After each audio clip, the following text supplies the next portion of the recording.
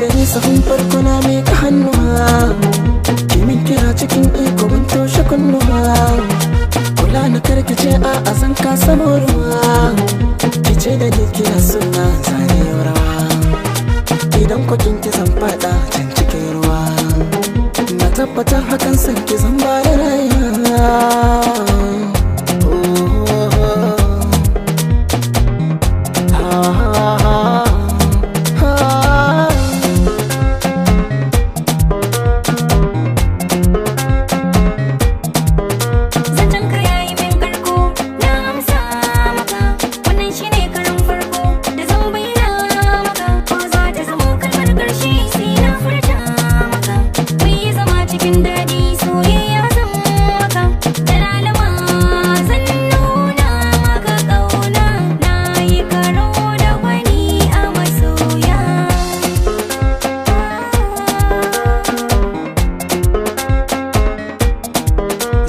Girmansa ya kai dole ne a kira shi sarki, haduwar mu na kawo da san kai dan ko ta ina wallakin kai.